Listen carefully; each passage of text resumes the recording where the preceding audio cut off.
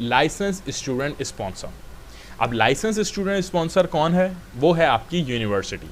कोई भी यूनिवर्सिटी जिसको यूके ने लाइसेंस दे रखा है, यानी कि यूके रिकॉग्नाइज्ड यूनिवर्सिटी है, उसके लिए भी हम एक वीडियो बनाएंगे जिसमें बताएंगे, ताकि आप लोग प्राइवेट यूनिवर्सिटी के चक्कर में ना पड़ें या ऐसी यूनिवर्सिटी के चक्कर में ना पड़ें जिसको माना नहीं जाता। फिर बाद में आपको वर्क वीज़ा लेने में और बाकी परमिट वगैरह लेने में बहुत परेशानी होगी। तो सबसे पहला पॉइंट ये हो गया कि आपने यूनिवर्सिटी से एक कोर्स ऑफर लेनी है और एक स्पॉन्सर्ड लाइसेंस होना चाहिए, यानी कि कंफर्मेशन एक्सेप्टेंस ऑफ स्टडीज़ देने के काबिल होनी चाहिए, यानी कि कैश देने के काबिल होनी चाहिए वो यूनिवर्सिटी। सबसे पहला पॉइंट तो ये है। इसके ऊपर भी हम एक वीडियो बनाएंगे सेपरेटली, हर यूनिवर्सिटी की अलग अलग भी करके मैं बनाऊंगा। सेकेंड पॉइंट हो गया have enough money to support yourself and pay for your course. आपके पास इतना पैसा होना चाहिए कि आपका जो कोर्स है, फॉर एग्जाम्पल अगर वो 12 महीने का है, तो आपके पास इतना पैसा, वैसे तो यूके आपको वर्किंग आवर्स अलाउ करेगा, part time 20 hours a week allow करेगा, लेकिन वो कहता है कि आपके पास इतना पैसा होना चाहिए कि आप अपने आप को सपोर्ट कर सको किसी भी हालात में। तो उसके लिए वो कहता है कि आपने 9 मंथ्स की बैंक स्टेटमेंट के अंदर लिविंग एक्सपेंस शो करना है और आपकी रिमेनिंग कोर्स फीस जो है वो आपने दिखानी है।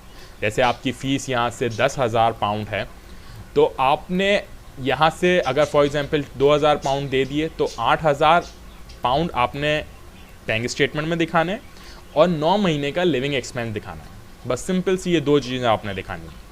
लिविंग एक्सपेंस अगर आप इनसाइड लंदन हो तो वो अलग है, आउटसाइड लंदन हो तो वो अलग है। उसके बारे में भी अभी हम आगे चल के बात करते हैं। थर्ड जो हमारे पास पॉइंट है वो है can read write and speak understand English. मतलब सिंपली यहाँ पे वो ये बात कह रहा है कि आपके पास आइल्स होना चाहिए या कोई और इंग्लिश लैंग्वेज टेस्ट होना चाहिए। मेरा मशवरा ये है कि आइल्स दें, क्योंकि आइल्स बहुत ज़्यादा जगहों पे काम आता है। वो आपका 2 साल तक वैलिड होता है, 2 ईयर्स तक वैलिड होता है। तो बेहतर ये कि एक ऐसी चीज़ ली जाए जो बहुत ज़्यादा जगहों पर काम आए। आइल्स मैक्सिमम यूनिवर्सिटीज़ जो यूके की हैं, उसके भी मैं सेपरेट यूनिवर्सिटीज़ की जब वीडियोज़ बनाऊँगा तो उसके अंदर डालूँगा, लेकिन मिनिमम तो आपके पास 5 बैंड होना चाहिए ओवरऑल, और इंडिविजुअल भी 5 बैंड होना चाहिए। Overall 5 band and individual 5 band ये आपके पास होना चाहिए, तो तब जाके आप इन सारी चीज़ों के लिए एलिजिबल होंगे। नेक्स्ट जो हमारे पास पॉइंट आ जाता है वो ये आता है कि आपके पास यूके का वीज़ा आप कितने टाइम पहले अप्लाई कर सकते हैं? आप 6 महीने पहले अप्लाई कर सकते हैं अपनी कोर्स स्टार्ट डेट के, लेकिन वीज़ा आपको हमेशा 1 महीने पहले का मिलेगा। फॉर एग्जांपल आपकी 25 सितंबर आपकी डेट है कोर्स स्टार्ट होने की, तो आपको वीज़ा 25 अगस्त से मिलेगा और आप वीज़ा अप्लाई कर सकते हो अगस्त से 6 महीने पहले, यानी कि तकरीबन फरवरी मार्च के अंदर आप वीज़ा अप्लाई कर सकते हो।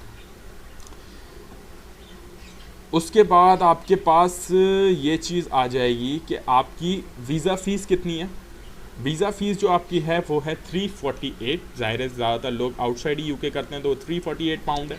ये तकरीबन आपकी 75,000 से 85,000 75,000 to 85,000 आपका पाउंड पाकिस्तानी रुपीज़ बनते हैं।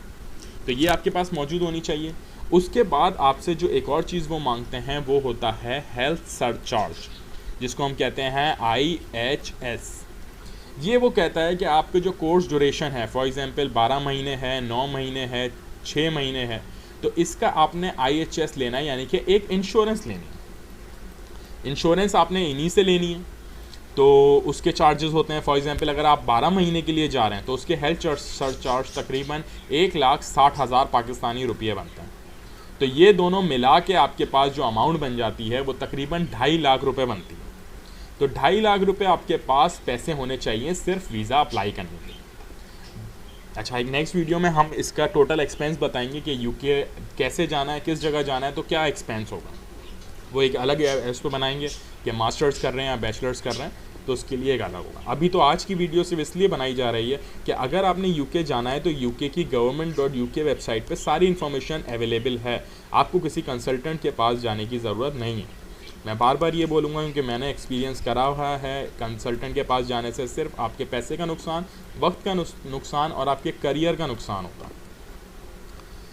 सेकेंडली, आपकी वीज़ा पे जो कंडीशन है उस चीज़ का आपने बहुत ख्याल रखना है जब आपको वीज़ा ग्रांट हो जाएगा। सबसे पहली पॉइंट वो कहते हैं यू कैन स्टडी, आप सिर्फ और सिर्फ वहाँ पढ़ने के लिए जाएंगे। Work as a student union special officer, आपने वहाँ पे काम करना है तो वो इस ओहदे के उससे करना है। You may be able to work how much depend on what you are studying and whether you are working in और आउट टाइम। इसका सिंपल आसान अल्फाजों में कहा जाए तो वो आपको 20 hours part time work offer कर रहा है। और यूके के अंदर हम उसके ऊपर भी एक वीडियो बनाएंगे। यूके के अंदर जो मिनिमम वेज है वो तकरीबन 8 से 10 पाउंड है पर आवर, तो आपको तकरीबन ये पड़ जाते हैं हफ्ते के 20 आवर्स आप काम कर सकते हैं, 20 आवर्स पर वीक, तो एक हफ्ते में आप 20 घंटे काम कर सकते हैं। तो ये थी हमारी ये वीडियो है जिसके अंदर हमने आपको बताया है कि आपने क्या करना है और किस तरह से अप्लाई करना है। वीज़ा मिलने के बाद आपने सिर्फ यहाँ पे पढ़ाई करनी है और अगर काम करना है तो पार्ट टाइम काम करना है। और हमेशा याद रखें कि अगर वो आपसे पूछते हैं कि काम किस तरह का करना है तो आपने कहना है कि मैंने अपने कोर्स से रिलेटेड काम करना है, मैंने ऐसे और जॉब्स नहीं करनी है कि मैं पिज़्ज़ा डिलीवर कर रहा हूँ और पेट्रोल पम्प पे काम कर रहा हूँ। सबसे ज़रूरी बात है यू कैन नॉट डू, तो you can not claim public fund benefit and pension. पहला पॉइंट तो सबसे लाजमी ये कि इस वीज़ा पे आप भीख नहीं मांगेंगे। क्लेम पब्लिक फंड का मतलब है आप भीख नहीं मांगेंगे। दूसरा पॉइंट ये है प्रोफेशनल स्पोर्ट्समैन और स्पोर्ट कोच, मतलब आप वहाँ की किसी गवर्नमेंट जो भी इदारा है जिसके अंदर स्पोर्ट्स वगैरह जो भी चीज़ें हैं वो आप नहीं उधर काम कर सकते। तीसरा पॉइंट हमारे पास ये है आप सेल्फ एम्प्लॉयड यानी कि अपना कोई भी बिजनेस एम्पायर खड़ा नहीं करेंगे।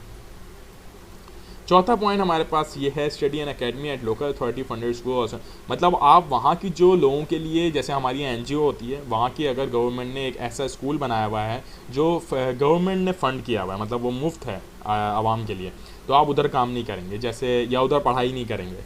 जैसे हमारे यहाँ ईदी वगैरह हो गए, ईदी चीपा वगैरह, इस तरह की एनजीओज़ जो होती हैं उन्होंने अगर कुछ किया हुआ है गवर्नमेंट के फ़ंड पे खाते पे चल रहा, तो आपने उधर भी काम या पढ़ाई नहीं करनी। तो ये थी हमारी एक छोटी सी वीडियो जिसके अंदर हमने ये बताया कि यूके वीज़ा अप्लाई करना है तो उसकी बेसिक चीज़ें क्या हैं। तो बेसिक चीज़ें हमने आपको बता दी हैं कि बेसिक चीज़ें ये हैं कि आपने सबसे पहले तो आपके पास, आप सब अगर यूके प्लान करने का, आपने जाने का प्लान किया है तो सबसे पहले मेरा मशवरा है आप आइल्स दे दें। आइल्स जैसे आपके पास आए, आपने जो है यूनिवर्सिटी को एप्लीकेशन डालनी है, उसके लिए मैं वीडियोस बनाऊंगा ताकि आपको किसी कंसल्टेंट के पास जाने की ज़रूरत नहीं पड़े।